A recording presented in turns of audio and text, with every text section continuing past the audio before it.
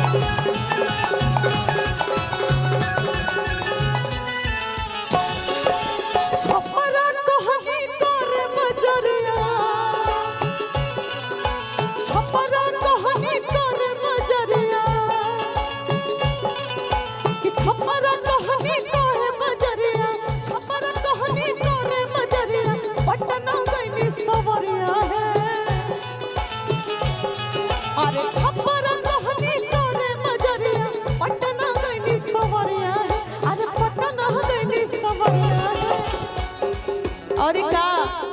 कि बगल मिलेला के ना भवदिया, बगल मिलेला के ना भवदिया बलमा हाथी पुरिया है,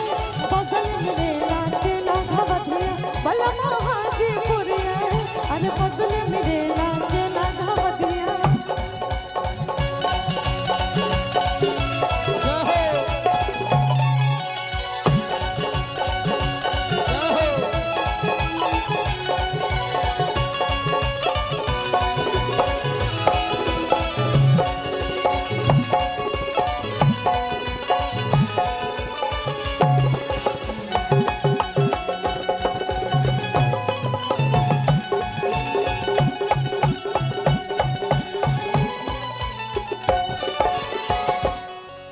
रोजे तो बांधी लिटाई मलम जी, रोजे तो बांधी लिटाई मलम जी, ताज छठा आज है तो पहिली पियरिया है,